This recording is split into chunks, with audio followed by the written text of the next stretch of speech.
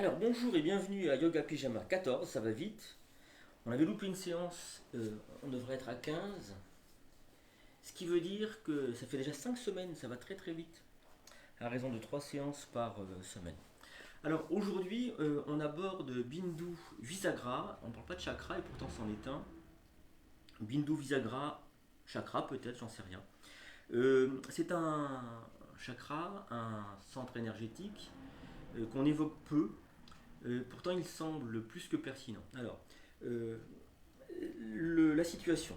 Déjà, si vous mettez vos mains, vous pouvez le faire avec moi, le bout des doigts. Si vous partez de la nuque, on rencontre les cheveux, puis un creux,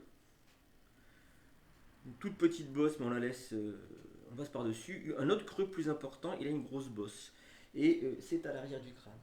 Je ne sais pas si vous avez la représentation, mais il y a des brahmanes hindous, des indiens, qui ont une petite touffe de cheveux. Et donc c'est là que se situe Bindu Visagra. Alors qu'est-ce que ça veut dire? Bindu Visagra, c'est la chute de la goutte. La chute de la goutte. Ça fait référence à ce qu'on a vu avec Vishuddhi la fois dernière et Amrita, le nectar et le poison. Et donc, le nectar et le poison naissent au niveau de Bindu Visagra. Et d'ailleurs, il y a une corrélation, un lien très fort entre Bindu et Vishuddhi. Euh, pour qu'il n'y ait pas de problème d'empoisonnement, il faut que Vishuddhi soit éveillé quand on veut éveiller Bindu Visagra, c'est-à-dire qu'on va aujourd'hui travailler les deux. On va reprendre une pratique Ujjayi Pranayama qu'on a effectuée la fois dernière. Qu'est-ce qui m'intéresse dans Bindu Visagra? Alors, Bindu Visagra, c'est un point transcendantal. Qu'est-ce que ça veut dire transcendantal? Ça veut dire quelque chose qui n'est pas ancré dans la matière ou dans notre état de nature, qui dépasse, qui transcende l'état de nature. Dans la physiologie énergétique, si on peut parler comme ça, dans la euh, pensée philosophique indienne, Bindu, alors je ne sais pas si vous voyez le Om, c'est une espèce de 3 à l'envers, avec une lune qui regarde, une demi-lune qui regarde vers le ciel, et puis un petit rond qui est au-dessus de cette petite lune, et ça c'est Bindu. Et donc c'est quoi Bindu en fait? C'est par là où le monde se crée. Alors, c'est difficile, en tout cas ça l'était pour moi, de comprendre ce que ça veut dire. Et puis j'y réfléchis en écrivant la séance, et ce qui me vient, c'est qu'en fait, je suis le créateur du monde. Alors, ça veut dire quoi? Ça veut dire que le divin est en moi. Euh, c'est tout ce qu'on travaille avec les chakras, c'est tout ce qu'on travaille avec l'énergétique, c'est tout ce qu'on travaille quand on veut être en état de yoga. Je suis une partie du tout, mais je suis aussi le tout, on peut le dire comme ça, si vous préférez. Et à partir de là, c'est moi qui suis créateur déjà de ce que je perçois. Je reconnais un cahier, alors bien sûr que c'est un cahier, ça c'est la réalité, mais c'est moi aussi qui projette sur cet objet euh, que c'est un cahier et tout ce que je peux en faire avec. Ça c'est une chose importante. Mais si on va au-delà, on pourrait dire que, et c'est, vous savez, l'objectif de la pratique du Hatha Yoga, c'est la liberté, d'être libre, ou de se libérer. On peut dire de façon différente. Se libérer si on considère qu'on est l'ego et qu'on se libère de l'ego progressivement. Être libre, être déjà libre si on considère qu'on est la conscience et que l'ego c'est que une conséquence de cette conscience. À partir de là, euh, donc il y a deux directions.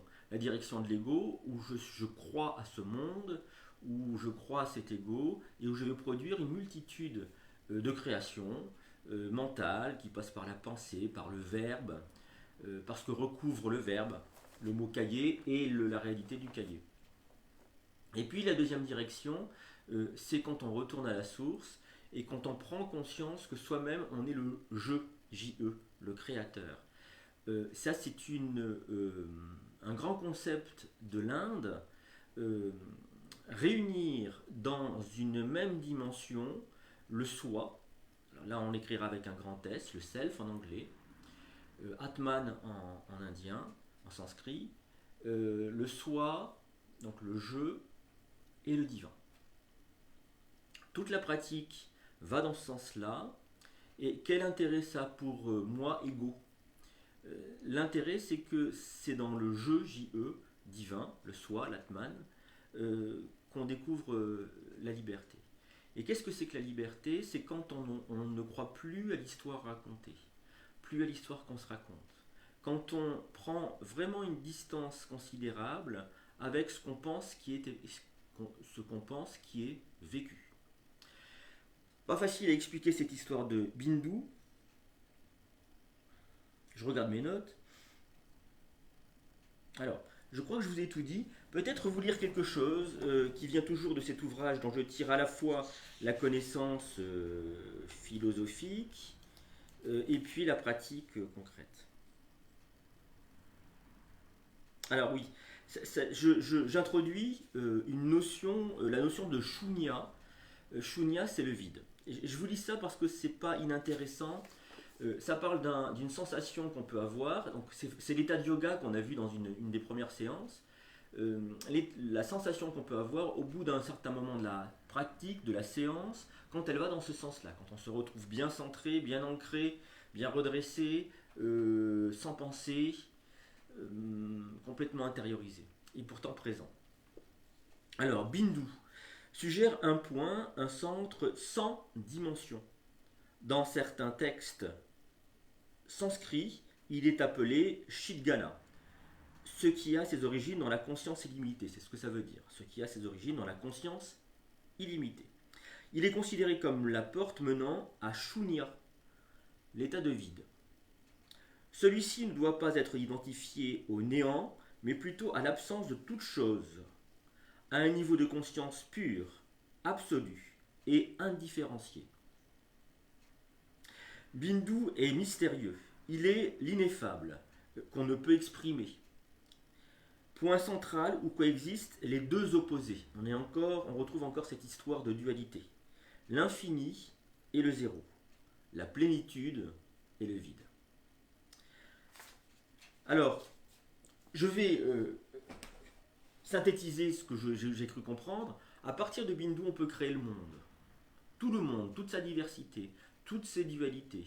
Mais quand on revient à Bindu, on réintègre on va dire la supraconscience, la conscience au sens le plus large du terme.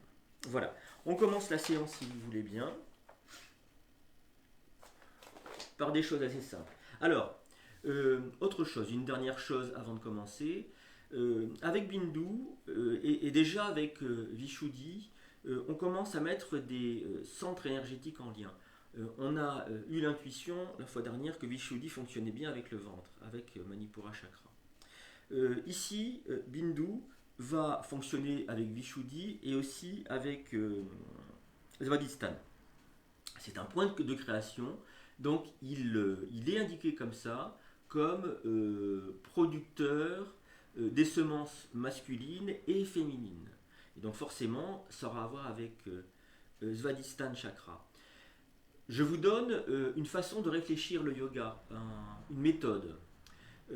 Qu'est-ce qu'il y a entre l'arrière du crâne et le coccyx? La colonne vertébrale.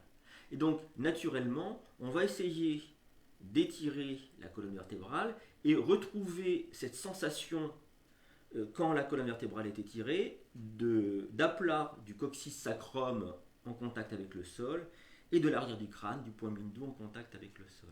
Et là, on va mettre dans la matière, dans le corps physique, en lien, quelque chose d'énergétique. Voilà. On peut toujours, même si on ne ressent pas l'énergie, accéder à des fonctionnements énergétiques si on comprend bien les structures corporelles et leurs liens. Le terme lien, yoga ou union, est vraiment très important en l'occurrence. On commence si vous voulez. Alors, on est toujours dans des pratiques et des séances où on retrouve des pratiques et des postures. C'est normal, déjà parce qu'il y a une répétition des séances, c'est pas inintéressant non plus. Et puis parce que ce qui est visé, c'est pas la réalisation d'une posture exceptionnelle, c'est pour l'instant les postures au service de l'énergétique du corps. Donc du coup, c'est normal qu'on retrouve plusieurs choses. Donc on va commencer par des roulades. Ça s'appelle rock'n'roll, je vous assure que c'est vrai, c'est écrit dans les livres de yoga indien, qui a pour intérêt de masser le dos et de le détendre. Alors vous allez, on va le faire très simplement, vous attrapez l'arrière des genoux, montons sur la poitrine, vous inspirez ici, expire, vous roulez vers l'arrière, inspire, vous revenez. Si vous partez un peu de travers, c'est que votre colonne vertébrale est un peu déviée, un peu tordue. Et dans ce cas-là, vous allez vous concentrer pour essayer de produire une roulade vers l'arrière qui soit la plus rectiligne possible. Je pense que ça contribue à une rééducation, un réalignement de la colonne vertébrale.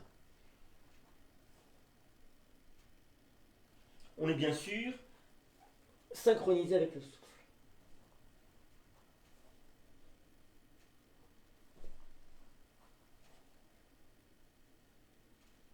Et on va se reposer au sol.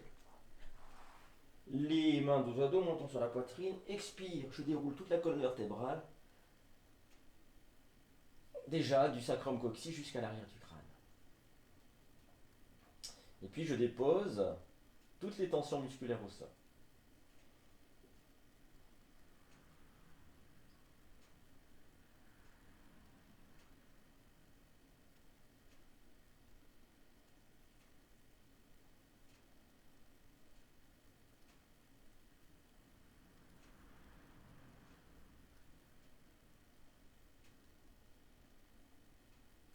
Vous voyez déjà si on peut faire le lien entre le très bas du dos et l'arrière du crâne.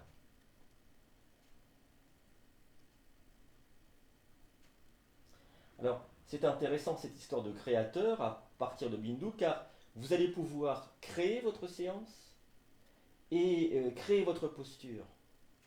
Ça veut dire que vous êtes l'artisan conscient de ce qui se passe. C'est quelque chose comme ça. Ça ne dépend pas de votre mental, mais à partir de la conscience, percevant les choses, vous êtes créateur. Peut-être que vous comprendrez intuitivement ce qui est dit là, car je le dis à partir d'une intuition. Hein, ce n'est pas quelque chose de rationnel.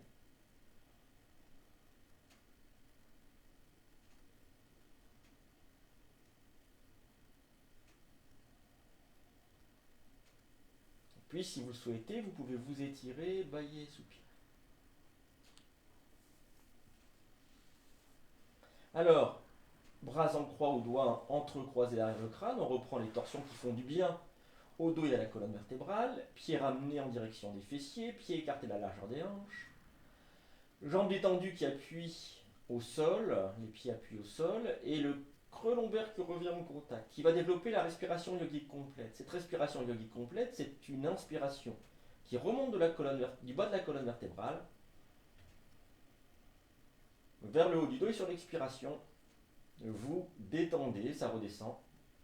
Vous allez laisser les épaules s'ouvrir, tout le dos s'étaler au sol.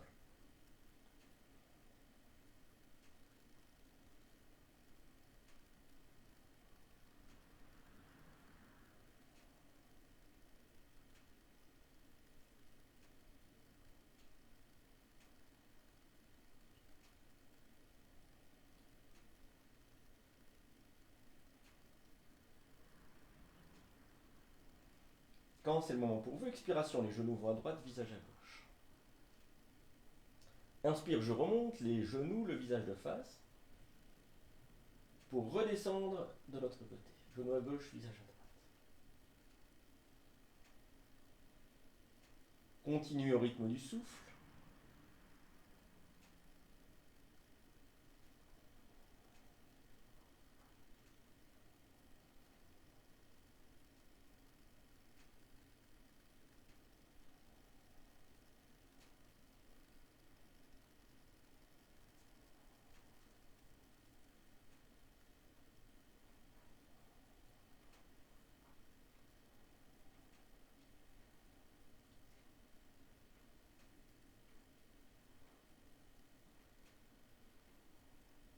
Puis, genou à droite, visage à gauche.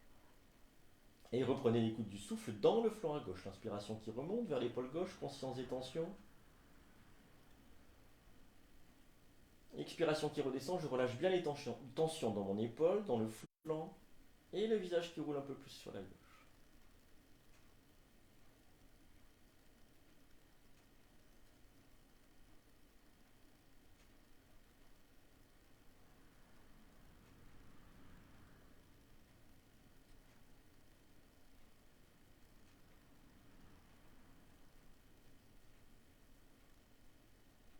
On remonte sur une inspiration, les genoux, le visage de face. Pour redescendre de l'autre côté. Genou à gauche, visage à droite.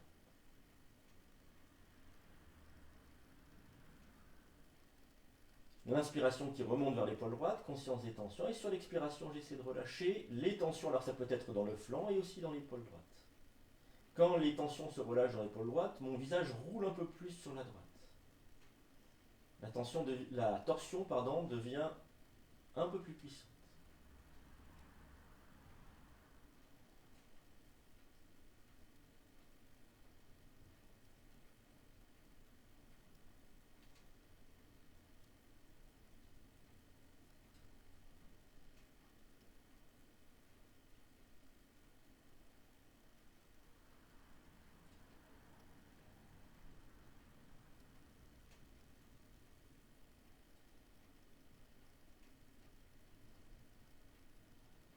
Puis je remonte sur une inspiration, les genoux, le visage de face. Je vais attraper mon crâne dans les mains, les doigts en direction de la nuque, coude en direction du ciel.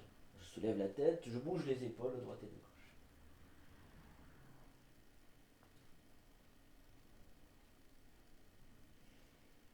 Et je redéroule la colonne vertébrale au sol, les épaules, le crâne bien pesant, nuque étirée, montant rentré.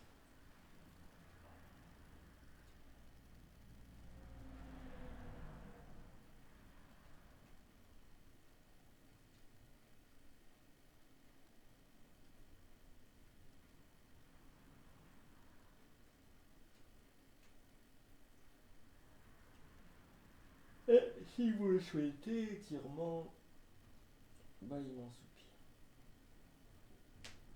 Je vais vous montrer la suite, qui est une pratique très très simple, mais on va essayer de l'approfondir, c'est-à-dire de la ressentir au-delà des effets en surface. Alors, on a déjà pratiqué ça, je vous montre, c'est très simple et je vous explique. C'est inspiration, les bras vont au-delà de la tête. Alors si j'ai des problèmes d'épaule, peut-être que je ne toucherai pas le sol, mais c'est pas grave. Si j'ai pas de problème d'épaule, les bras vont jusqu'au sol. Là, j'ai fini d'inspirer. Expire, les bras reviennent le long du corps. Voilà, il y a le temps de poser les bras, puis encore un tout petit temps, vous savez, on relâche les bras, et là j'ai fini d'expirer.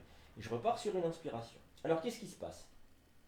J'ai fonctionné qu'avec ce bras-là, pour vous montrer avec l'autre main ce qui se passe. Alors, quand j'inspire, le bras a un certain poids, donc il crée une pression. Et cette pression-là, avec les deux bras, elle est ressentie dans la colonne vertébrale. La colonne vertébrale qui commence à peu près au niveau du pubis, et je sens les formes de la colonne vertébrale. Et je vais ressentir jusqu'en haut du crâne, ou à l'arrière du crâne. Quand je ramène les bras, eh bien, la sensation dans la colonne vertébrale se reproduit vers la descente. Si j'associe ce mouvement des bras à la respiration par le nez, alors je vais faire un entre-deux entre le poids du corps et des bras, donc quelque chose de matériel, et quelque chose déjà énergétique. Souvenez-vous que vous avez la conscience comme un phare qui éclaire tout ça, et quand il y a la conscience, dès qu'il y a la conscience, dès qu'il y a la présence, il y a un mouvement énergétique, une sensation énergétique, une production énergétique. Et donc, on est dans un entre-deux, et l'idée c'est comme la couleur bordeaux.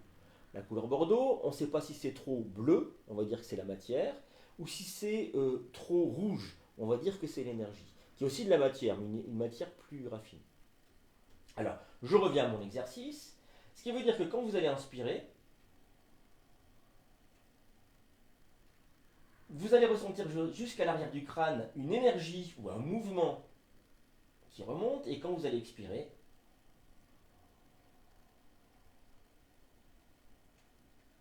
vous allez ressentir un mouvement, une énergie qui descend le long de la colonne vertébrale. C'est au même niveau que les mains. C'est les mains qui commandent grosso modo. Et donc ça, je vous demande d'en prendre conscience. Pourquoi? Parce qu'on est proprement dans une pratique énergétique à ce moment-là. Bien entendu qu'au départ, c'est un travail sur les épaules, pas de problème, il va le rester. La pratique va continuer à produire des effets sur les épaules, mais on se rend compte que ça peut être secondaire en fait.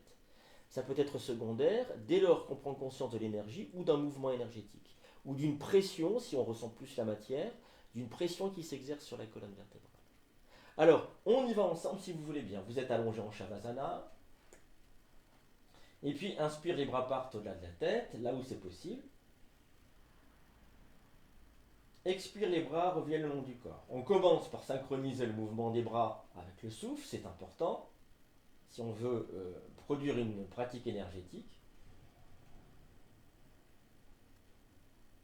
Et dès que c'est possible, on se met à ressentir cette pression exercée dans la colonne vertébrale. On est dans un bleu bordeaux, si on peut dire. Puis peut-être qu'à un moment donné, on va être dans un bordeaux un peu rouge, c'est-à-dire qu'on va proprement ressentir un mouvement énergétique. Vous direz que c'est peut-être le produit de l'imaginaire. Alors je vous réponds oui. L'imaginaire, l'imagination, l'image mentale est le premier pas vers la perception directe. C'est pas qu'on invente quelque chose, ou alors c'est qu'on invente quelque chose au sens de Bindu, on est créateur. Je sais que ça ressemble à des contradictions, ce sont des paradoxes, mais ces paradoxes font du sens, produisent du sens.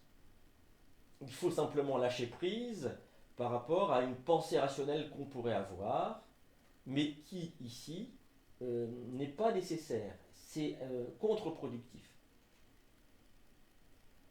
Je ne vous demande pas d'être croyant non plus, je vous demande juste de faire expérience autant qu'il est possible. Réellement, dans le réel.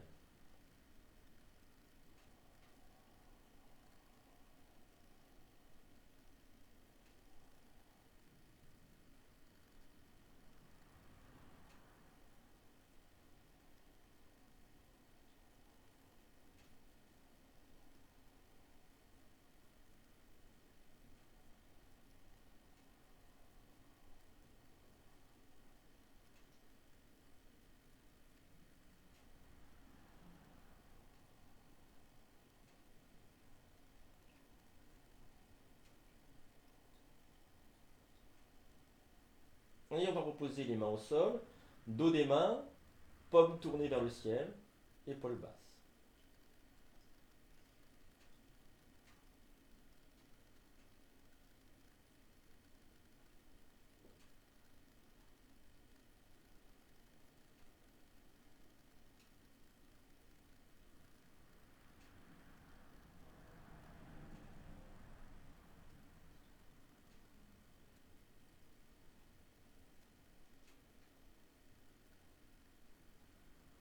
Peut-être que le lien entre Vasisthana chakra dans le coccyx, et on sent le sacrum aussi, et l'arrière du crâne est un peu plus évident maintenant.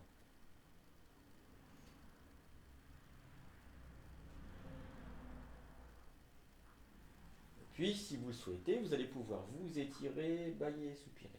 On continue tranquillement notre séance pour délier le corps, pour lui permettre d'être dans les meilleures dispositions possibles. Vous ramenez s'il vous plaît les plantes de pied en direction des fessiers. Et cette pratique toute simple, ensemble, inspire, je pousse la plante de pied droit vers le ciel. Expire, je repose la plante de pied droit au sol. Je synchronise, maintenant le pied gauche, inspire. Dans la longueur de mon souffle.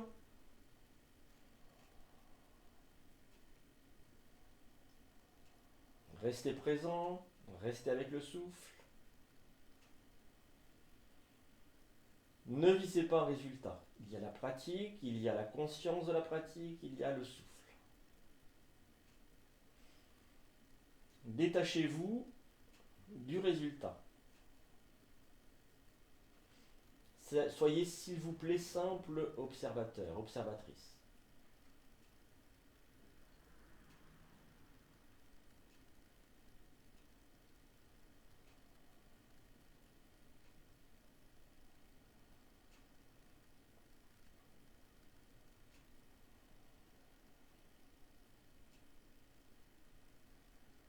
Et on se repose un instant au sol.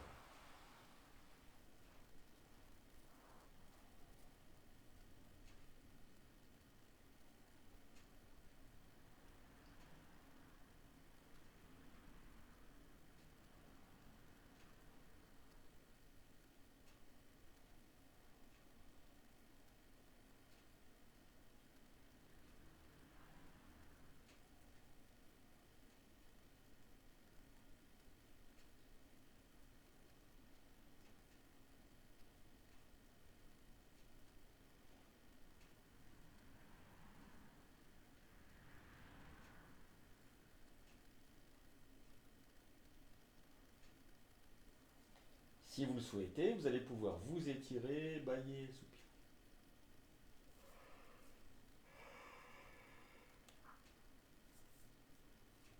Vous allez ramener les plantes de pied en direction des fessiers, s'il vous plaît. Inspire les genoux sur la poitrine, je pose mes mains sur les genoux, les coudes écartés, pour avoir les épaules basses, les gros orteils en contact, et je laisse s'ouvrir les genoux. Si mes hanches sont très souples, ça va s'ouvrir très très largement, alors ramenez un petit peu les genoux vers l'intérieur. Relâchez le point de contact entre les orteils pour détendre les pieds. Prenez conscience à ce moment-là des inspirations qui poussent dans le petit bassin, qui poussent sur les hanches, qui les détendent.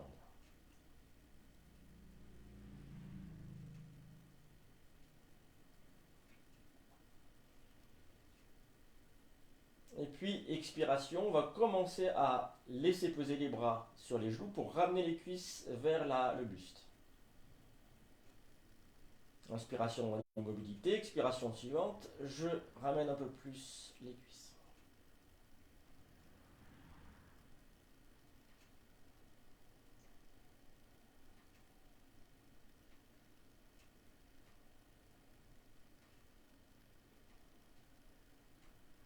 Si c'est possible pour moi, je loge les genoux dans le creux des coudes et je laisse tomber les doigts en direction du nombril.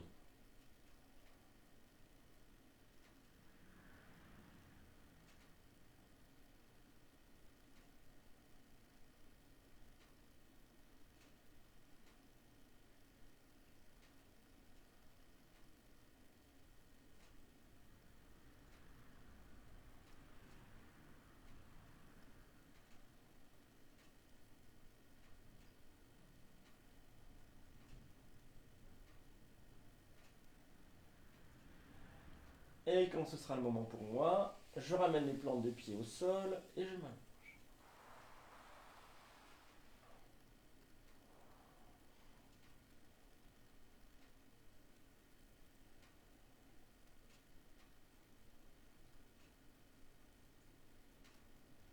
Il y a toujours un rapport entre les hanches, le dos et les épaules, le dos et les hanches. Et là, on a plus particulièrement travaillé les hanches et le dos. Peut-être que vous sentez votre dos un peu plus à plat au sol.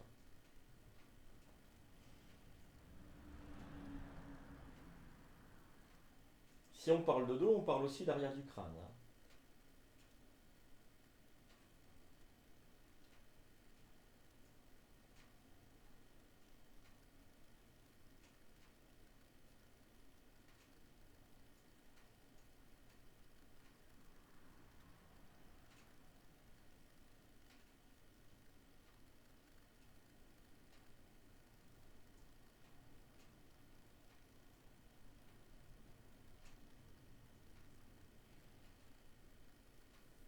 Si vous le souhaitez, vous allez pouvoir vous étirer, bâiller, soupirer.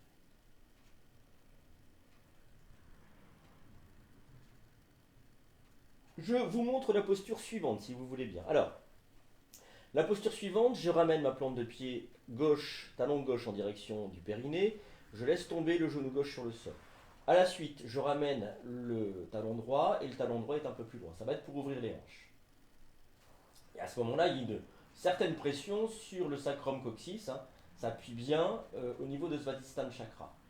Je vais loger ma main gauche dans le creux du coude droit et mettre la main droite sur le coude gauche.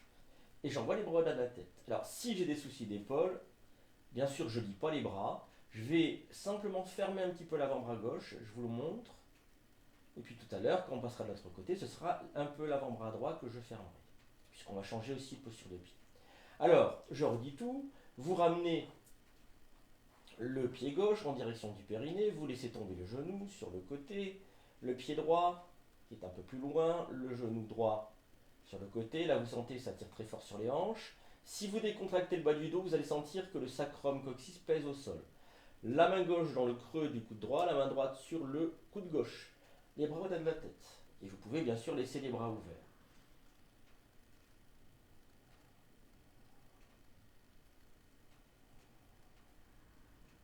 Peut-être que la respiration pour l'instant est abdominale.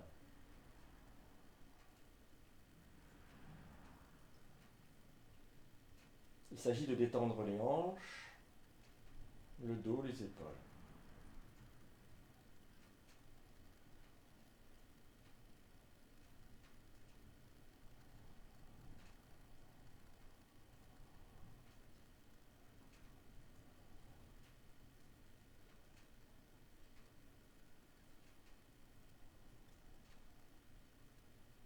Essayez de détendre toutes les tensions inutiles.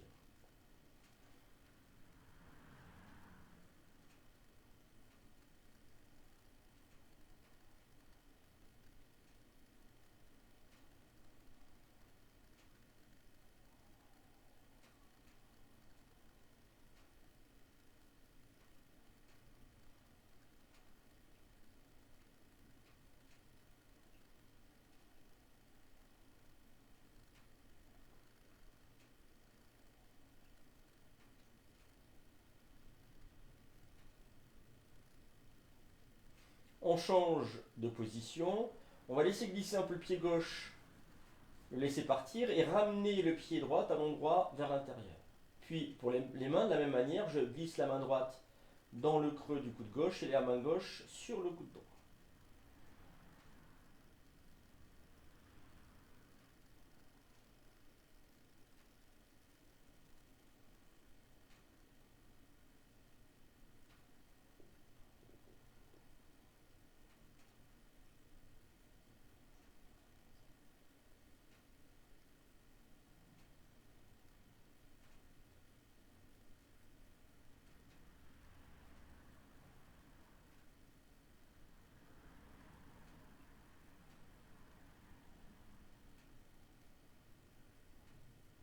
Puis je relâche la posture, je ramène les bras, je peux m'aider des mains, parce que ça tirait très fort sur le pli des aines. Pour remonter les cuisses, c'est léger. Je recale le bassin si nécessaire et je m'allonge.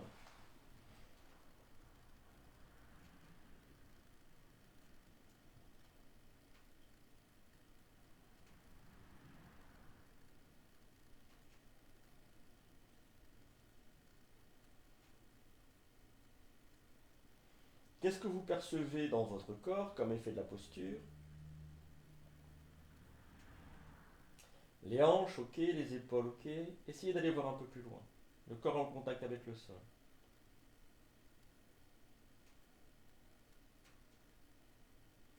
Et on retrouve ce très bas du dos et cet arrière du crâne.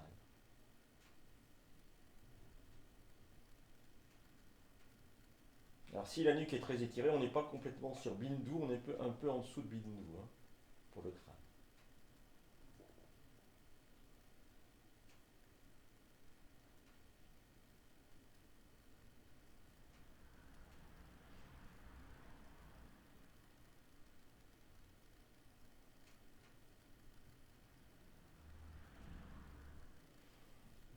Je vais pouvoir m'étirer, bailler si j'ai envie.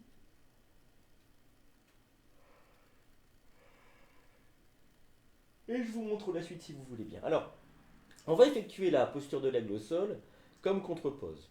Il y a deux possibilités, au moins, une possibilité plus facile et puis une possibilité plus orthodoxe, on va dire, une posture plus aboutie. Alors je vous montre la posture moins aboutie, on va dire ça comme ça. Regardez mes pieds. Euh, les deux pointes de pied sont en direction du sol et si possible les deux talons touchent au sol. Mais c'est pas possible pour tout le monde, des fois il y a des personnes qui doivent allonger complètement les jambes. Alors, vaut mieux garder les jambes un peu pliées, les cuisses bien collées l'une contre l'autre, et puis avec les orteils qui font cet effort de pousser vers le ciel.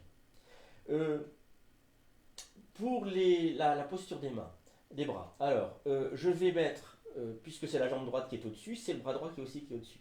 Je mets le coude droit dans le creux du coude gauche et, si possible, la main gauche, le tranchant de la main gauche sur le front.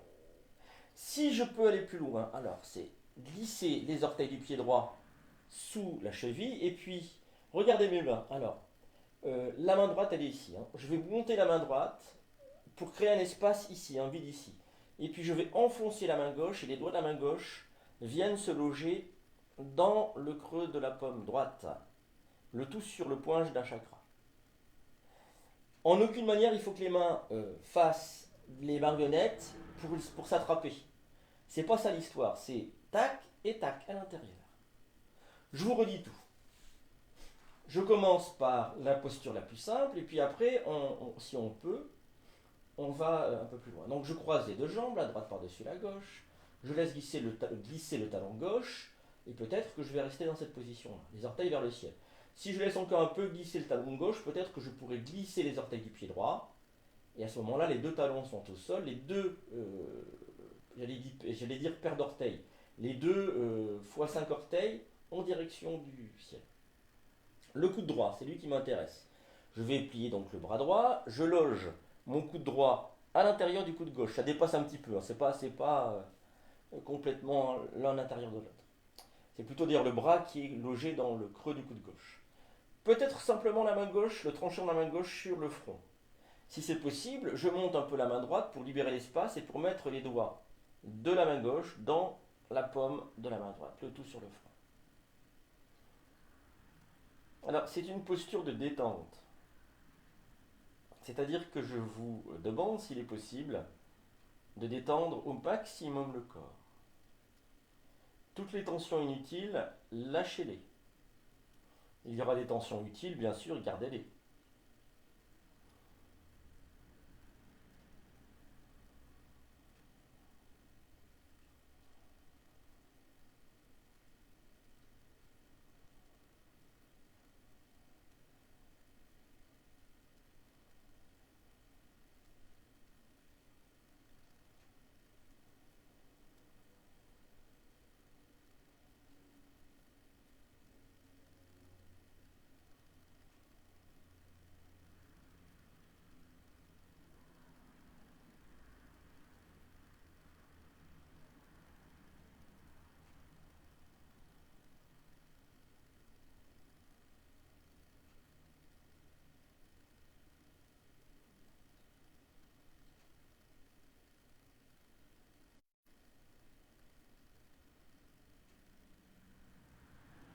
Puis je défais la posture, les jambes, les bras, et je me retrouve au sol.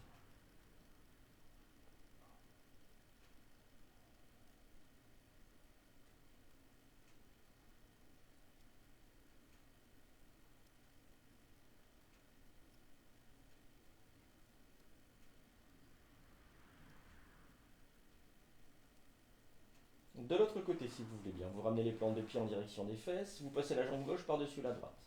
Vous laissez glisser le talon gauche au sol, les orteils vers le ciel. Si vous laissez glisser un petit peu plus le talon gauche, peut-être que vous pourrez passer les orteils du pied gauche sous la cheville droite. Puis le coude gauche ou le bras gauche à l'intérieur du coude droit. Et dans ce cas-là, ce sera la main droite, le tranchant de la main droite sur le front. Si c'est possible pour vous, vous soulevez un petit peu la main gauche vers le ciel, le temps d'entrer à l'intérieur et de poser les doigts de la main droite dans la paume de la main gauche. Vous posez le tout sur le front. Il y a une bascule du bassin qui s'effectue. Le creux lombaire revient en contact avec le sol.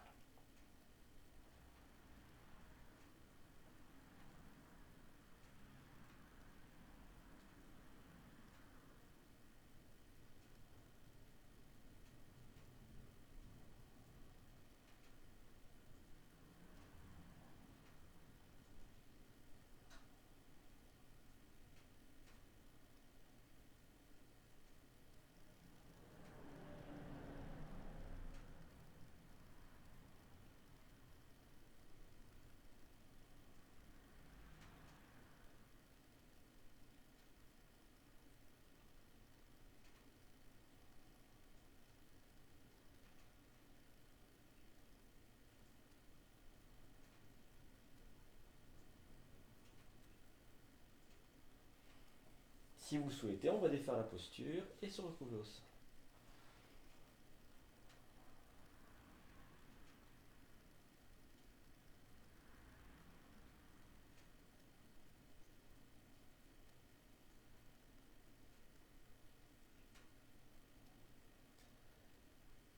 Peut-être qu'à ce moment-là de la séance, rien dans le corps en contact avec le sol ne sera plus saillant.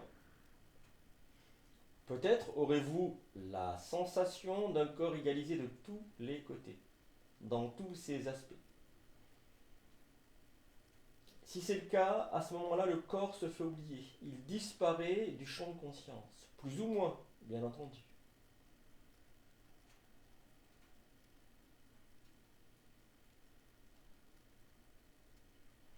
C'est à ce moment-là que le mental peut se retourner vers la conscience.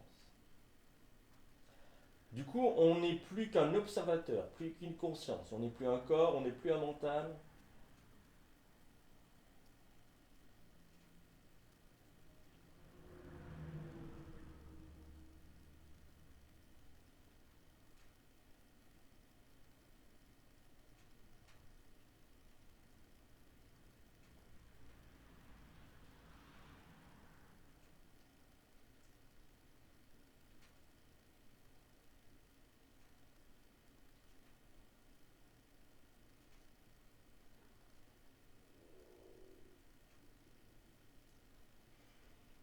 Et puis, si vous le souhaitez, vous allez pouvoir vous étirer, bâiller, soupirer. Et on va venir s'asseoir.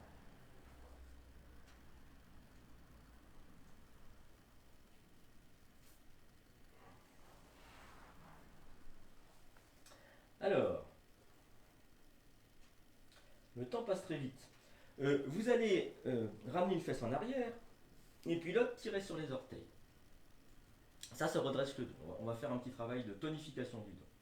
Très simplement, inspire, on va monter les bras vers le ciel. Et on expire ici. L'inspiration redresse le haut du dos. L'expiration permet de s'enfoncer un peu plus. Quand on s'enfonce un peu plus avec les fessiers, les bras s'envolent tout seuls.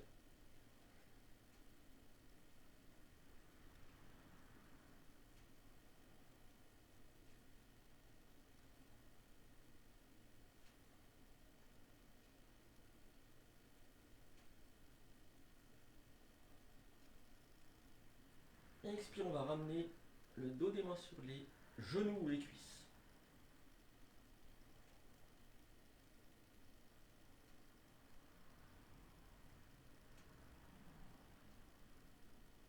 Et puis, si vous le souhaitez, on va pouvoir s'étirer.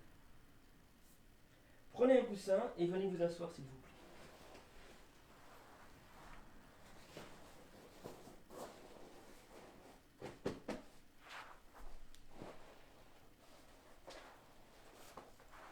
Alors, je rappelle, Siddhasana, pour les hommes, je m'assieds sur mon talon, entre donc, le périnée posé sur le talon, entre anus et partie génitale. Puis les orteils du pied droit entre mollet et cuisse. Si vous êtes une femme, alors le talon contre le vagin, le talon droit, puis le talon gauche sur le talon droit contre le clitoris. Et les orteils entre le mollet et la cuisse. Alors, bien entendu, si ça ne fonctionne pas comme ça, vous n'êtes pas obligé de mettre le talon contre le périnée si vous êtes un homme.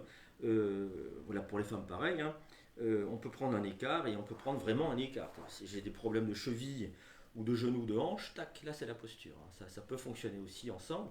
Pourquoi pas avoir quelque chose comme ça, point droit fermé dans la main gauche. Alors ça, j'ai pas pensé avant. Et l'inverse, si je suis une femme, pourquoi pas, j'en sais rien. Mais pour produire une espèce de verrou énergétique dans le bas, ça pourrait être une solution. C'est la première fois que j'y pense. Hein. Alors, si tout va bien.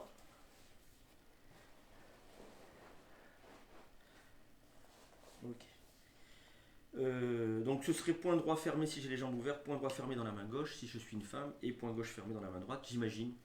Si je suis un homme, c'est assez logique, ça correspondrait à l'énergétique.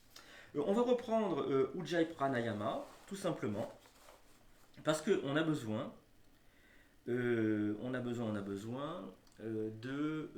d'éveiller d'allumer un petit peu Vishuddhi Chakra pour fonctionner avec Bindu Chakra tout à l'heure. Alors, c'est pas très compliqué. Ce qu'il faut, je ne sais pas si vous vous souvenez, c'est Keshari Mudra, c'est-à-dire mettre le bout de la langue contre le palais, peut-être même au-dessus, juste au-dessus des dents. Je vous dis ça parce que tout à l'heure, en préparant la séance, j'ai une sensation énergétique et c'est aussi une indication de Keshari Mudra. Mais il y en a plusieurs. Keshari Mudra, ça peut être aussi la langue enfoncée dans le gosier. Hein, si on arrive à la retourner suffisamment loin. Et ça, il y a une technique indienne, une pratique indienne où on coupe le frein sous la langue, millimètre par millimètre, progressivement sur 2 ans, jusqu'à ce que la langue soit suffisamment longue pour pouvoir entrer dans la gorge. Mais bien sûr, on ne pratique pas ça, nous, aujourd'hui.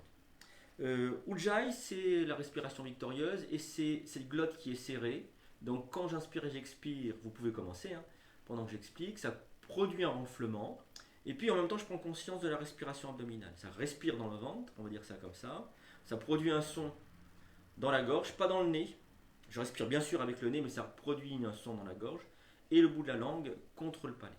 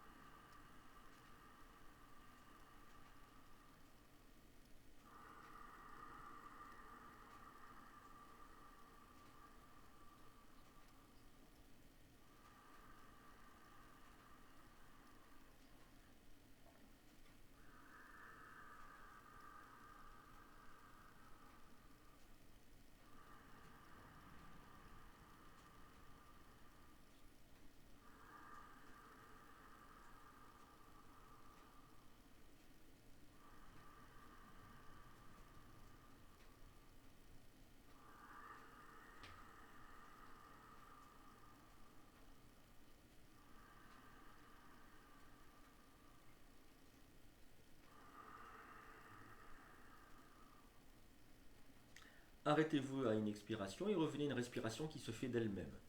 Observez si revenant à cette respiration qui se fait d'elle-même, vous êtes en conscience, c'est-à-dire si vous ne modifiez en rien cette respiration naturelle. Si vous êtes avec le mental, vous allez la modifier, l'observant. Alors, il me semble que Ujjayi Pranayama, un de ses intérêts, alors bien sûr c'est l'apaisement du mental, mais c'est aussi de créer un mouvement énergétique à partir de Manipura Chakra pour faire remonter l'énergie. Ça, c'est pas dit dans les ouvrages, je fais référence à mon expérience personnelle. Et puis on verra dans une prochaine séance une pratique qui clairement indique ça.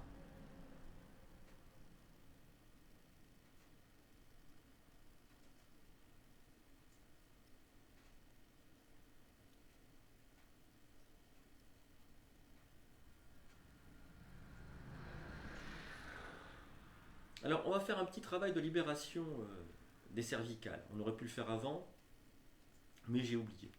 On va inspirer visage de face. Expire, le menton vient sur la poitrine. Inspire, le menton va vers le ciel.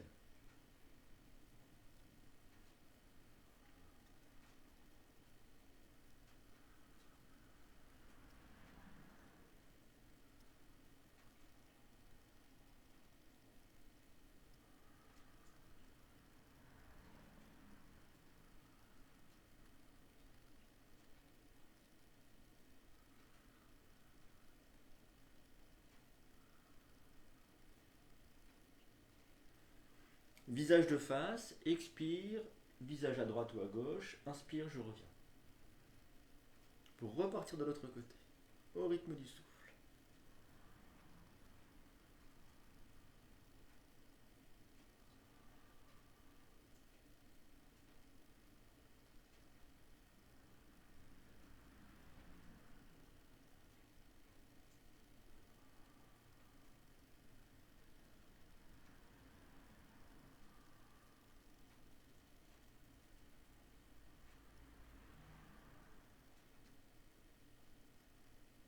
Visage de face. Inspire ici. Expire, j'emmène mon oreille droite vers l'épaule droite. Inspire, inversement. Et expire, non, inspire, pardon, je reviens. Expire, je repars de l'autre côté.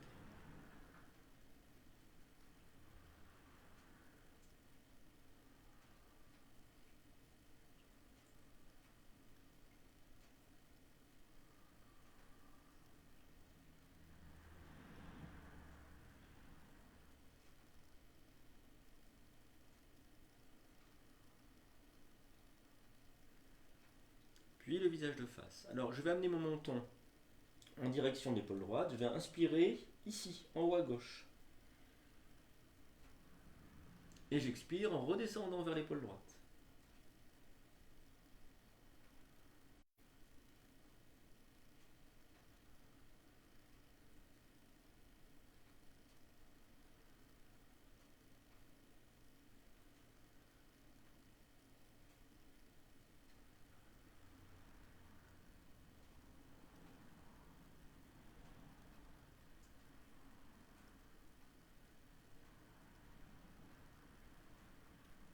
Je ramène le visage de face. Puis le menton vers l'épaule gauche et inspire en haut à droite. Je vise avec le menton.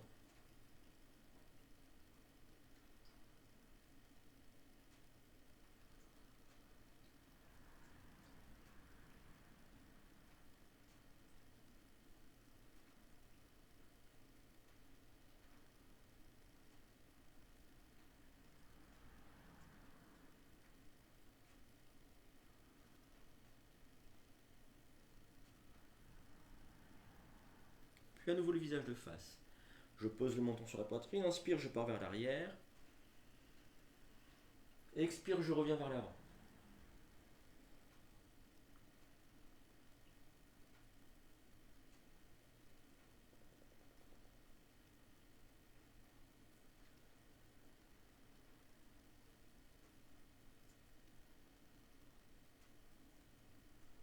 Puis dans l'autre sens.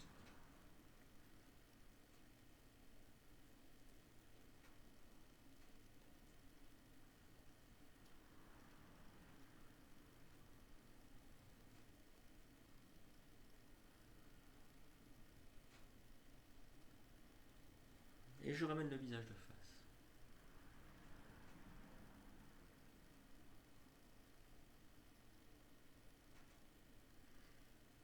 nous sommes avec ces petits mouvements-là dans une pratique qui se rapproche encore un peu plus de l'énergétique que lorsqu'on fait une posture à l'arrêt.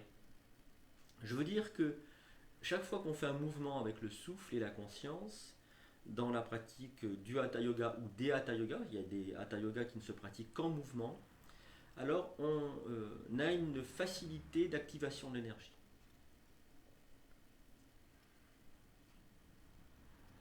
Peut-être que vous allez avoir des sensations après ces petits mouvements qui font partie de la série Pavan Mukta Asana de Swami Sarasvati Satyananda.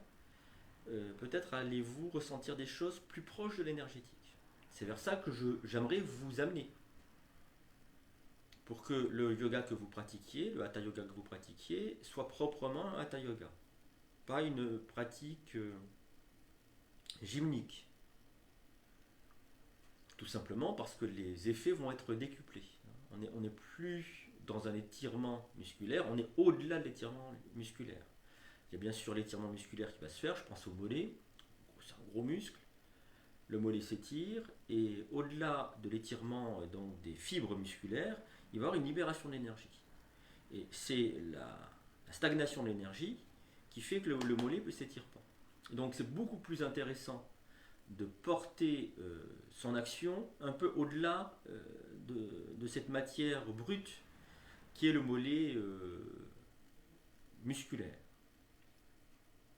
C'est beaucoup plus efficace et puis ça va nous mettre en lien avec cette conscience. Où la conscience nous met en lien, ça fonctionne dans les deux sens, avec cette énergie qui se libère. Et donc à ce moment-là, il y a plein de vertus, le mental qui s'arrête, la pensée qui s'arrête. Vous voyez, on est toujours dans ces exercices de yoga, dans plusieurs strates, jusqu'à toucher une profondeur, jusqu'à arriver jusqu'à la conscience. Il y avait plein de choses entre soi et la conscience, les tensions musculaires, le mental, les croyances, l'inattention, le manque de concentration, le manque d'intériorisation, je suis trop à l'extérieur, etc. Puis on a réglé tout ça, nos dualités, etc. Et tac, j'arrive à la conscience. Et à ce moment-là, quel que soit l'exercice ou la posture de hatha yoga, devient passionnante. Elle prend une ampleur, une profondeur, une couleur, une variation de couleur inouïe, incroyable. On va passer debout si vous voulez bien. Pour des petites choses, toujours des petites choses. Des petites grandes choses. Alors, la chaise yogique, petite chose, s'il en est. Comme posture, vous avez, on va pratiquer ensemble, vous avez les pieds qui sont écartés de la largeur des hanches sur une même ligne. On va inspirer, entrecroiser les doigts, j'espère que je suis visible. Alors les doigts, je vais les entrecroiser comme ça, sauf les index qui pointent. Voilà, et puis je laisse tomber un petit peu les mains vers l'avant, de manière à ce que quand je tourne le visage vers le ciel, je puisse les voir. C'est comme si j'étais accroché à une barre, ce qui veut dire que dans la posture, je vais plier les genoux dans un instant, il ne faut pas que les mains redescendent. Je plie les genoux donc, et le bassin bascule, je suis en rétroversion. Je ne cambre pas, les fesses ne partent pas vers l'arrière, c'est le pubis qui pousse vers l'avant. Les mains n'ont pas bougé, j'inspire ici, et sur l'expiration, je laisse peser le bassin, ça étire toute la colonne vertébrale. Bon, je ne vais pas aller très loin, bien entendu, mais l'essentiel, c'est d'étirer la colonne vertébrale.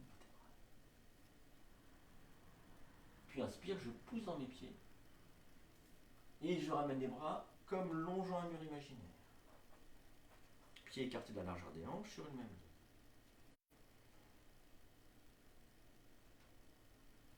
Alors, qu'est-ce qui est intéressant dans ce moment-là de la séance, c'est qu'on est debout.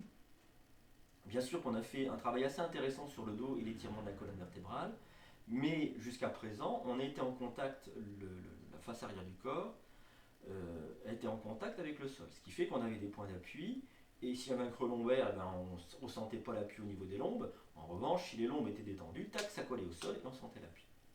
Là, on est dans l'espace, on n'a plus ce repère extérieur. On ne peut avoir qu'un repère intérieur. Je parlais à l'instant d'intériorisation. En yoga, ça s'appelle pratyahara. Pratyahara, c'est le retrait des sens. C'est-à-dire quand mes sens sont plus tournés vers l'extérieur, mais tournés vers le ressenti intérieur.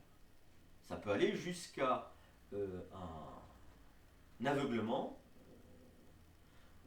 coupure totale d'essence vis-à-vis de l'extérieur. Ça, c'est, à mon avis, un autre niveau du yoga qu'on pratique. Mais ça peut arriver à tout le monde.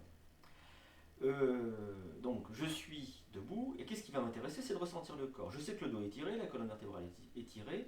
Est-ce que je peux encore faire le lien entre le très bas du dos, donc sacrum, coccyx, et l'arrière du crâne? Dans l'espace, est-ce que je ressens ce lien que j'ai travaillé pendant toute la séance ou pas?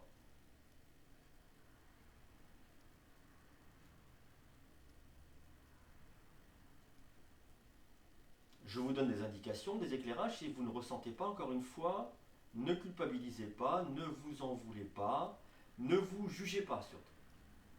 C'est juste une indication. Je pointe du doigt. C'est que pour l'instant, vous êtes un peu myope, et ce que je pointe du doigt, vous ne pouvez pas le voir. Puis à un moment donné, vous serez un peu moins myope, et ce que je vais pointer du doigt, vous le verrez, et peut-être que vous verrez même au-delà de ce que je peux voir. C'est juste une question d'acuité visuelle. Bien sûr, c'est une métaphore. Hein.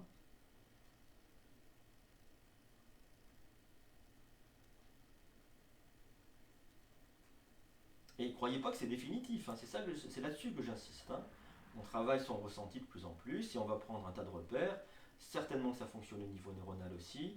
On fait des liens au plan des synapses, je crois, hein, les connexions neuronales.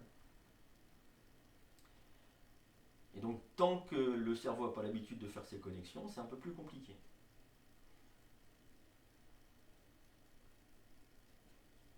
Puis, si vous le souhaitez, vous pouvez vous étirer. Bailler et soupirer. Alors, je vous montre la suite. La suite, c'est une posture qui commence à être un peu compliquée. Il s'agit du troisième guerrier. Il y en a trois, je crois que c'est le troisième. Mais ce qui m'intéresse dans cette histoire-là, c'est encore une fois l'étirement de la colonne vertébrale. Je vous montre. Alors, je pars du pied gauche, j'entrecroise les doigts sauf les index qui pointent, et je vais tirer sur les mains. Alors, quand je tire sur les mains, ça crée des espaces en fait. Hein. L'espace, les étirements qu'on a vécu, l'étirement qu'on a vécu dans la colonne vertébrale à l'instant avec la chaise yogique, eh bien, ça va se reproduire. Ça va se reproduire au niveau de mon poignet, au niveau de mon coude, au niveau de mon épaule, les trois articulations du bras. Et puis, une fois que j'aurai étiré au maximum ces articulations-là, eh bien, je vais tirer sur le dos. Et donc, du coup, ce sont toutes les articulations vertébrales qui vont s'étirer. Ça va créer des espaces entre chaque vertèbre. Souvenez-vous, entre deux vertèbres, il y a un disque intervertébral. Donc, je vais détasser, mais c'est ce qu'on fait à peu près depuis le début de la séance. Quand j'aurai étiré toute la colonne vertébrale, je vais le ressentir dans le très bas du dos. J'aurai étiré jusqu'en bas. Je fixe un point au sol pour ne pas tomber. Et puis, le talon à l'arrière va se soulever. Le poids va venir sur le pied avant. Et peut-être que je vais pouvoir soulever le pied à l'arrière. Là, je suis très bien. Est-ce que je peux pousser la jambe gauche? C'est pas mal. Est-ce que je peux faire une espèce de T avec le corps? Et bien, ce serait très bien. Mais il n'y a rien d'obligé. Ce qui m'intéresse, c'est cet élan de la posture, ce mouvement de la posture. C'est ça qui m'intéresse. Pourquoi ça m'intéresse? Il y a à arriver nulle part. En revanche, je vous demande d'être vivant dans la posture. Souvenez-vous, nous sommes créateurs de la posture. Celle-là, peut-être qu'elle va produire chez vous quelques difficultés. Eh bien, soyez créateurs de la posture. Pas pour arriver, pas pour franchir la ligne d'arrivée, vous savez, avec le ruban là qui se déchire au niveau de la poitrine. Non, c'est pas ça. Mais pour, à chaque pas, vivre quelque chose qui vous nourrisse, qui vous rende vivant, qui vous rende créateur. Et vous avez vu, dans cette posture-là, il y a 4, 5, 6, 7 étapes, autant qu'on veut, qui nous rendent vivants, qui nous rendent créateurs. Pour ça, il faut être patient. Il ne faut pas que le mental domine. Je vais arriver là, je veux faire comme le professeur, ou comme l'image, mieux que le professeur, comme la vidéo que j'ai vue, ou le machin, ou le bidule. Non, non. Je veux faire comme moi, au moment où j'y suis. Bon, je vous ai assez parlé, on y va ensemble si vous voulez bien. Je vous redonne, ne vous inquiétez pas, toutes les indications.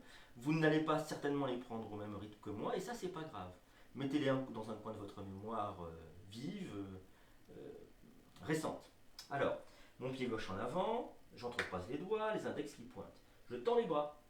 Je laisse tomber la tête en direction du sol. On pourrait le faire comme ça, mais c'est beaucoup plus compliqué aussi de soulever la tête. Hein. On a moins d'équilibre. Donc je regarde un point au sol, il ne faut plus que mes yeux ne bougent. Puis à partir de là, je vis la posture, j'entre dedans, je m'intériorise. Je tire sur les mains. Je sens peut-être les articulations des poignets, des coudes. C'est bon. Des épaules. Ah, tout s'étire. Et puis le dos. Vertèbre après vertèbre. Le dos s'allonge. C'est bon aussi. Alors, à un moment donné, le dos peut plus s'allonger, donc le talon se soulève. Là, je fixe bien le point au sol. L'orteil, le gros orteil droit encore au contact avec le sol. Et puis ce qui décolle, ouais, c'est super. Ne pensez pas je vais tenir ou pas tenir. Vivez la posture. Soyez vivant. Peut-être poussez dans la jambe gauche.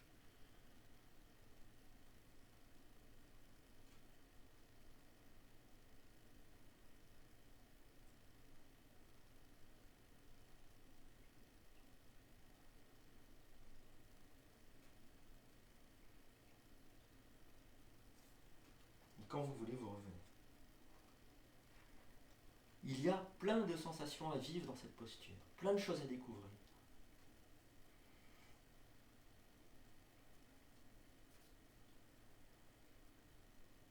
Au plan énergétique, cette posture n'a pas trop à voir avec Bindu, mais au plan de l'expérimentation, oui. J'insiste, soyez créateur de votre posture.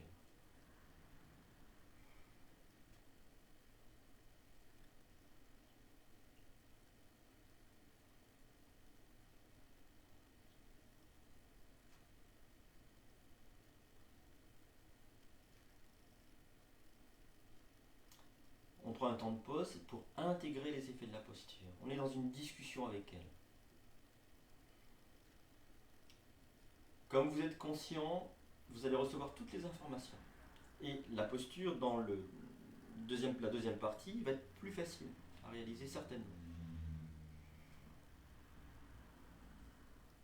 Mais ne soyez pas dupes, là aussi vous êtes créateur. Et vous pouvez comprendre à ce moment-là, comme le propos du Hatha Yoga, est bien la libération.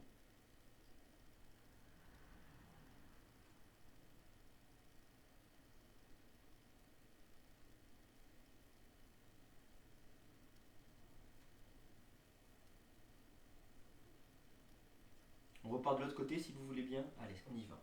Alors, le pied droit en avant. De la même manière, on va réétirer tout le corps. On va reprendre tout le processus. Doigts entrecroisés, je tends les bras, je laisse tomber le visage entre les deux bras. Et puis je vais tirer et créer ces espaces. Ça aussi, les espaces, c'est un propos de liberté.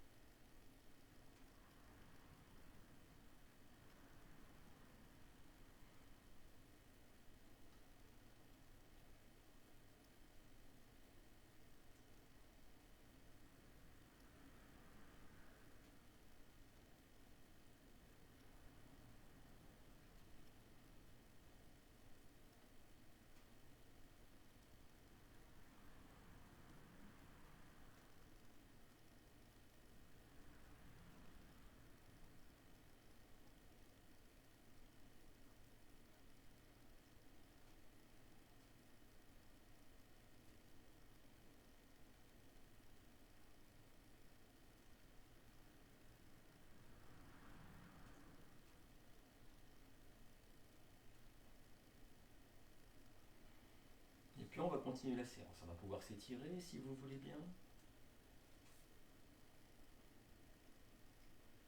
Et on va terminer la pratique posturale, à peu près toujours par les mêmes petites torsions. On verra dans d'autres séances, d'autres torsions bien entendu. Mais celle-là, je la trouve. Alors je la trouve bien parce qu'elle est simple. et puis parce qu'elle s'appelle la posture heureuse avec le nom sanskrit, donc c'est plutôt bien une posture heureuse. Autant y retourner. La main gauche sur le genou droit, la main droite comme si je tenais un bol et je l'emmène à l'arrière, je le renverse. Visage de face, écoute du souffle, sensation du bas du dos, on commence par lui.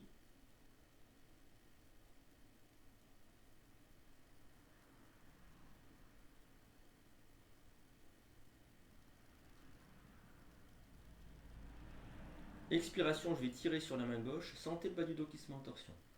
Inspire, je déplace un petit peu la main dans le dos. Expiration, les épaules tournent. J'inspire ici. Expiration troisième, je regarde par-dessus mon épaule droite, même si j'ai les yeux fermés.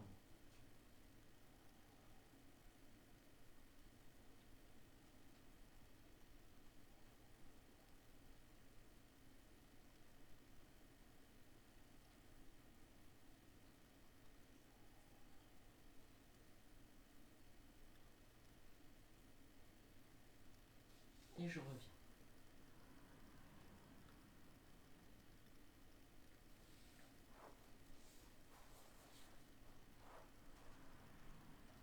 Je change de position de croisement de pieds. Il y a des fois on est moins à l'aise, donc c'est toujours intéressant, hein. Vous savez, pour l'équilibre des dualités, alors qu'est-ce qui ressent là? C'est le cerveau. Et le schéma corporel, c'est-à-dire comment on ressent le corps dans l'espace, dans le cerveau bien entendu, hein. C'est le cerveau qui se fait une représentation. Et donc du coup c'est intéressant d'habituer le cerveau à avoir un schéma corporel équivalent à droite et à gauche, hein. Ça fait partie aussi de la pratique. La main droite sur le genou gauche, la main gauche comme si je tenais un bol, ce bol je l'emmène en arrière, visage de face.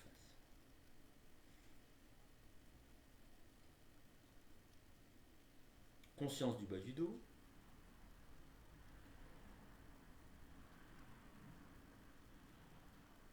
Quand c'est le moment, expiration, je vais tirer sur la main droite, je sens le bas du dos qui se met en torsion. Inspire, je déplace un petit peu la main dans le dos. Expiration deuxième, les épaules tombent. J'inspire ici. Expiration troisième, je regarde par-dessus mon épaule gauche, même si j'ai les yeux fermés.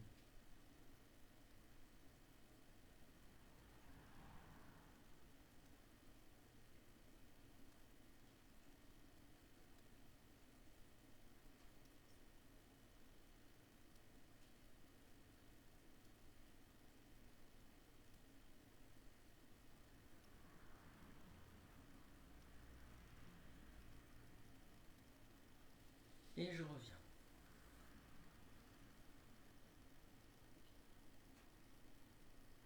Alors, restez présent, bien entendu, aux effets de la posture. Je ne le dis pas à chaque fois. Le souffle dans les narines, le dos à droite, le dos à gauche, est-ce qu'il y a un équilibre?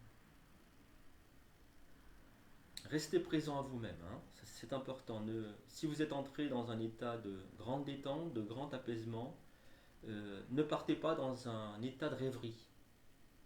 Voilà, la rêverie, c'est aussi un écueil dans la pratique. Restez détendu, apaisé, même profondément apaisé, complètement intériorisé, même à la rigueur coupé du monde extérieur, on parlait du pratyahara, mais présent. Donc, présent, ça veut dire ancré, hein. C'est pas synonyme, mais ça fonctionne ensemble. Et puis, si vous le souhaitez, on va pouvoir s'étirer, balayer, soupirer, et on va faire les deux dernières pratiques. Alors, petit coussin, Siddhasana ou Siddha Yoniasana, vous savez maintenant.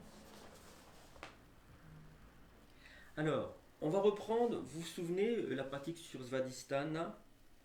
On va reprendre Vajroli ou Sahajoli, ça c'est pour les femmes. En fait, c'est la même pratique, c'est remonter l'urètre.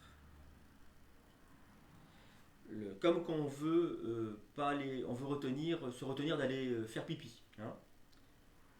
On dit arrêter la miction quand on parle bien. Alors, on peut serrer au niveau de l'urètre. Alors, dans l'idéal, on ne serre pas le périnée et on ne serre pas les fesses. C'est dans l'idéal, ça demande une maîtrise.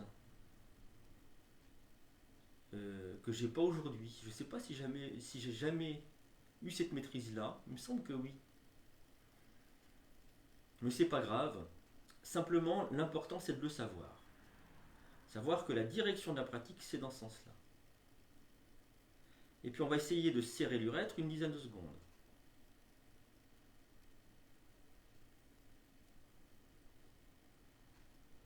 Puis on relâche. Alors, on a tout compris de la pratique, on va ajouter juste quelque chose.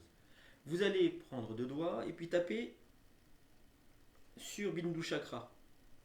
Pourquoi? C'est pour créer une petite sensation. Pour que vous puissiez le sentir. Si en levant les doigts, vous ressentez Bindu Chakra, tout va bien. Sinon, remettez deux doigts, contre, sans taper dessus, juste avec un appui léger. Et pendant que vous allez serrer l'urètre en Vajroli ou Sahajoli, vous vous mettez à l'écoute de Bindu, vous le ressentez.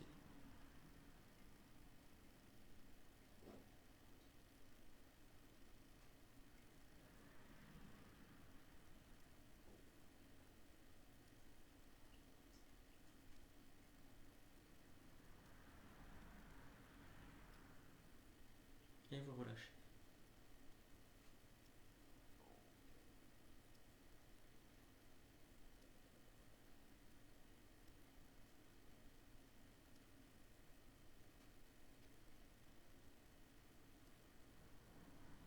Une autre fois, l'urètre, l'arrière du crâne au niveau de Bindu Chakra.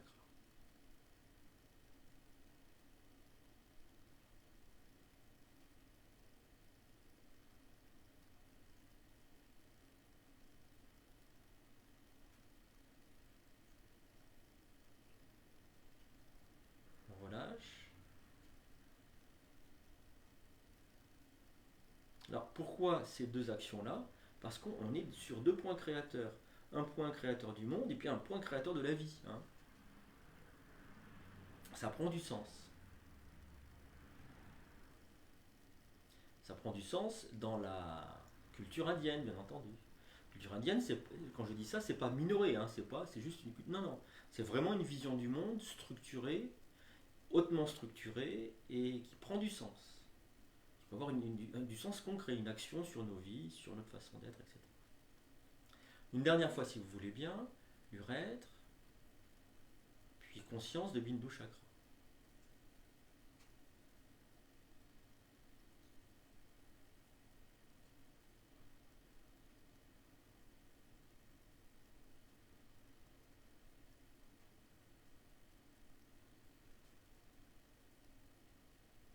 Et on relâche.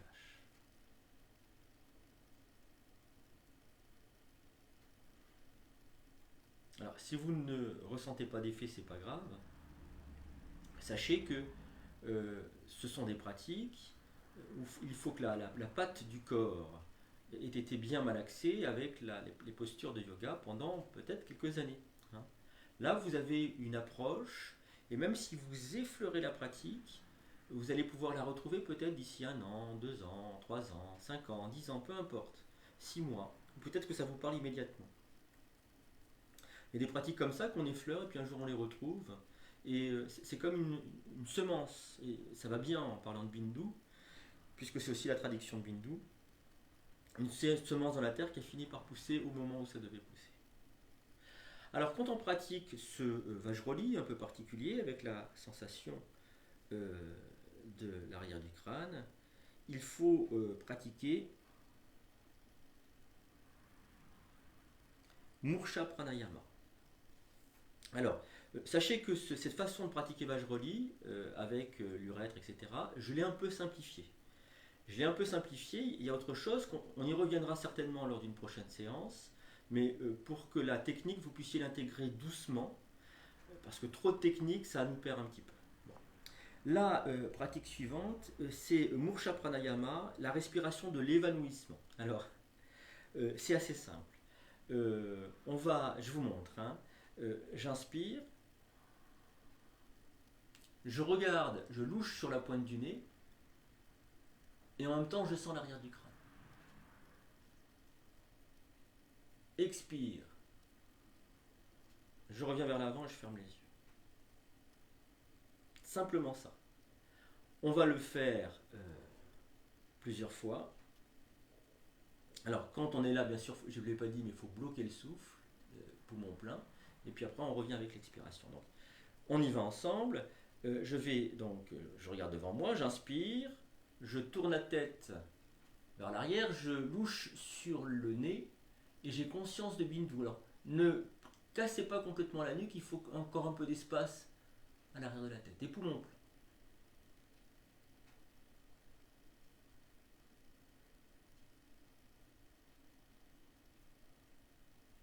Expire. Je reviens vers l'avant.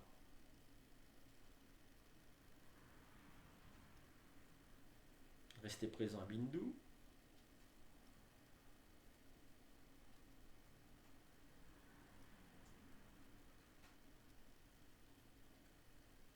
Une deuxième fois.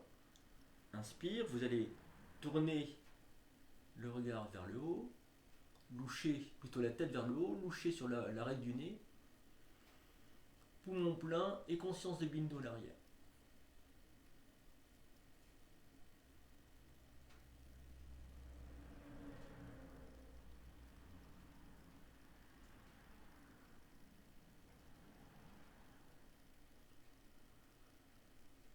Et on revient vers l'avant.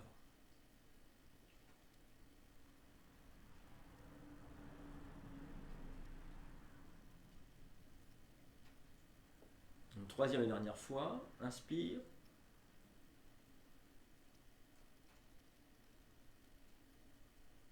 Loucher sur le nez, Bindu.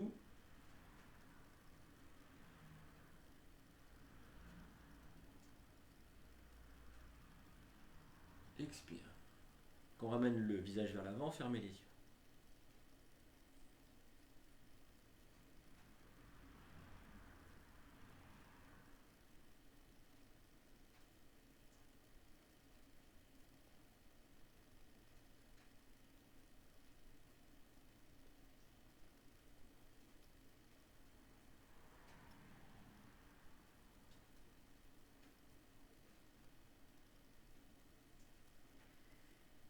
Je vous remercie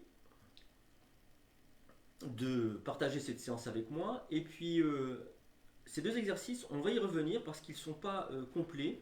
J'ai juste effleuré la pratique parce qu'il me semble un peu compliqué, une première fois, d'intégrer toutes les étapes. Il y a plein de choses à faire. Et donc, dès la prochaine séance, on va reprendre ce travail sur les chakras en essayant d'intégrer et de produire une relation entre les uns et les autres. Il y a plusieurs pratiques intéressantes. Puis peut-être qu'on verra aussi Sahasrara Chakra, qui est le plus haut du plus haut. Voilà, je vous remercie et je vous dis à très bientôt. Portez-vous bien.